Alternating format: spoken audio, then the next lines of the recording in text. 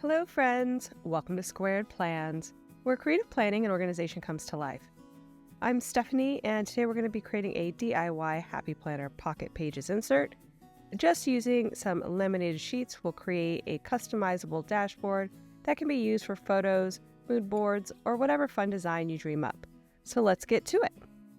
And I've got these laminating sheets all ready to go, as well as this power disc punch, and this corner rounding punch, this washi tape, an X-Acto knife, a metal ruler, and finally a laminating machine. Those are all the supplies you need to get things started here, so I'm going to go ahead and pull out a few sheets, as well as just a piece of heavier stock paper to help guide me on my cuts for this pocket. So the first thing we're making here are the individual pockets for the sheet. I'm going to go ahead and just mark off 2 1/8 inch marks all along that line in order to make those squares. The size that I did was so that I could put in a 2-inch square insert into the pocket. However, it did make the sheet a tiny bit bigger or wider than the standard Happy Planner pocket because you need extra space in between those areas. So if you want to make it fit a little bit nicer and are able to shrink down the actual square sizes that you're putting into the sheet, then I would recommend sticking with 2-inch squares for the pockets. Otherwise, if you have predetermined squares already that you want to insert that are 2 inches, do at least 2 1/8 inches for each of the squares. So what you saw me do there was accidentally laminate the sheet before I needed to. I don't know what I was thinking, so I ended up just reusing that with it being half laminated, but would not recommend laminating before you do this next step. And all I did from there was insert it into a new clean laminating sheet and went ahead and cut on those 2 1/8 inch cut marks I made earlier.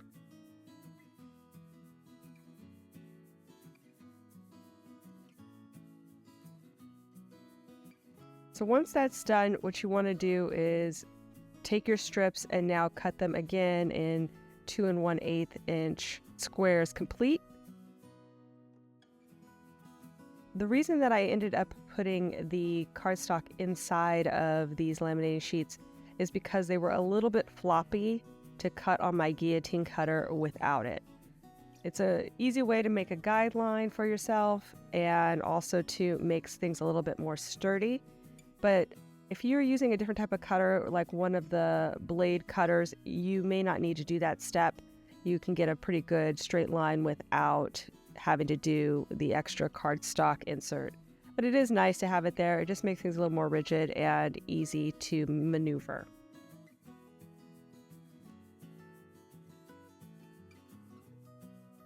Go ahead and cut down the second half of these strips into that 2 1/8 inch size.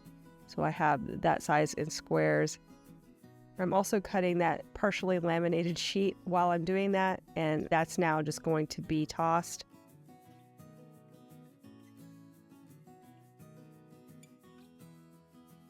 Okay, you guys, so the next step is to take a fresh sheet and use some kind of guide in order to place your individual squares on top of so you can get a nice grid pattern. With these squares, the best technique I've found to keep everything kind of lined up and straight is to put a piece of tape in between the two sides of the laminating sheet that you just cut. When making pockets, the key is to take the two shiny sides that are on the outsides originally of the laminating sheet and reverse them so that the gluey side is on the outside and the shiny sides are on the inside. And that allows you to make a pocket that's easy to slide in and out of without any trouble. And then the glue sides will stick to the front and the back of the larger sheet that you're seeing here that I'm laying it on. So that's the whole premise of making pockets. That is all you need to do on repeat here. So I'm taking each of those individual squares that I grabbed, and I'm putting just a little ribbon of looped washi tape for the time being in between them, just so I can keep that alignment pretty secure and have the pockets be aligned really well front to back. Right here you can already start to see how they're a little bit larger than the sample below it because of that extra 1/8 of an inch. And because of that, I was being a little bit ungenerous with the spacing between the individual squares. But if I had to do this again, I would definitely leave more room between each of the individual pockets to allow the laminate to really adhere in between each and separate out the pockets. You'll see at the end, a couple at the top didn't actually seal up because there just wasn't enough room between them, and that caused a little bit of a DIY fail there. But I wanted to show you guys the full process and how I did it. So if I did it again, I'm telling you all of the things I would do differently. So like I said, make sure that you leave at least 1/8 of an inch, but I would go a little bit more if you can in between the individual pockets on all sides. So again, that you can allow for the lamination to really seal up the spaces in between the pockets. Also too, I would put the washi tape as high up on the pocket as possible, just to allow it to be easily removed from the pocket at the end, which you'll see in the next step.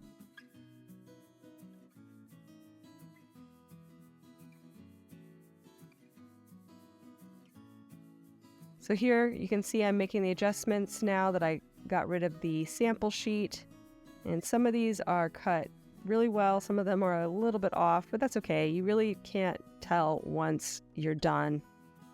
You really don't see those imperfections all that much.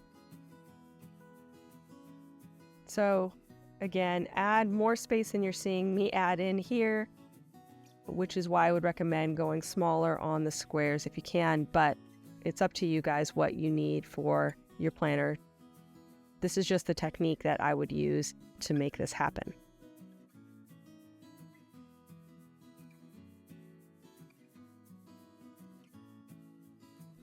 And I'm just using a little pressure in between those seal lines that I mentioned to try to get those to adhere a little bit better, and I ran it again through my Scotch laminator. So I'm using 5mm sheets, which are a little bit heavier weight. I think that this would be just as good with the 3mm sheets, just a little less rigid, but more like the actual Happy Planner insert that you used to be able to buy from the store. Okay, so now I'm going to go ahead and trim off the edges, and here is where I think, I should have just allowed a little more room, because I had a lot more space top to bottom to fit within that classic size page, which is 9 1/4. I ended up cutting it down, and I could have allowed more space in between, like I said, to give me more room in that regard. You also need to leave about 1/2 inch on one side for the spine. So keep that in mind. You can cut all the other edges really close to the seal lines, but on one edge you need to add an extra about 1/2 inch for the spine.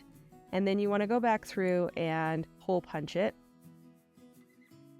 I did try to hole punch this once before in my trial with my Happy Planner punch, and it stuck into the punch, did not punch through, and I couldn't get it out without ripping it.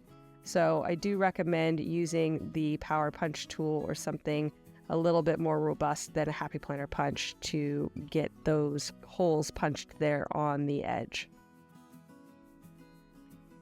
And then the next step is to take an X-Acto knife and basically slit open each of the pockets. So you want to put enough pressure to open the pocket but not so much pressure that you punch through the back side of the sheet. So just enough to open up the pocket, and you basically just need to go to where you see the pocket line begin, where there's that air gap, and then cut a nice straight line across. So I went ahead and did that, and then I used my rounder punch there to clean up the corners so they weren't so sharp and edgy.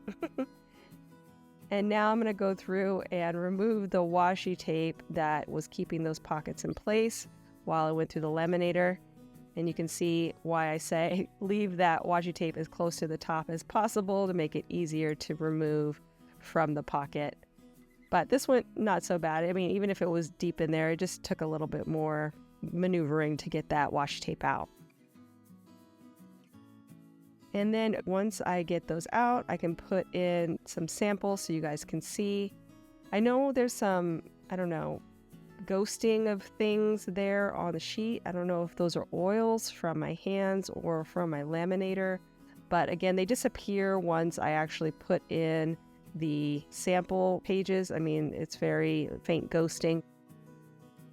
So if you've always wanted a pocket pages from the Happy Planner and have never been able to find one, this is just a really somewhat easy way to DIY it yourself and get a similar look. Basically, that's going to do it, you guys. I hope you enjoyed this video. If you did, please give it a thumbs up down below. Also, too, go ahead and leave me a comment if you'd like to get in touch, and think about subscribing to my channel if you haven't already, if you'd like to see more of my videos. Thanks so much for watching. I really appreciate it, and we'll see you next time. Bye!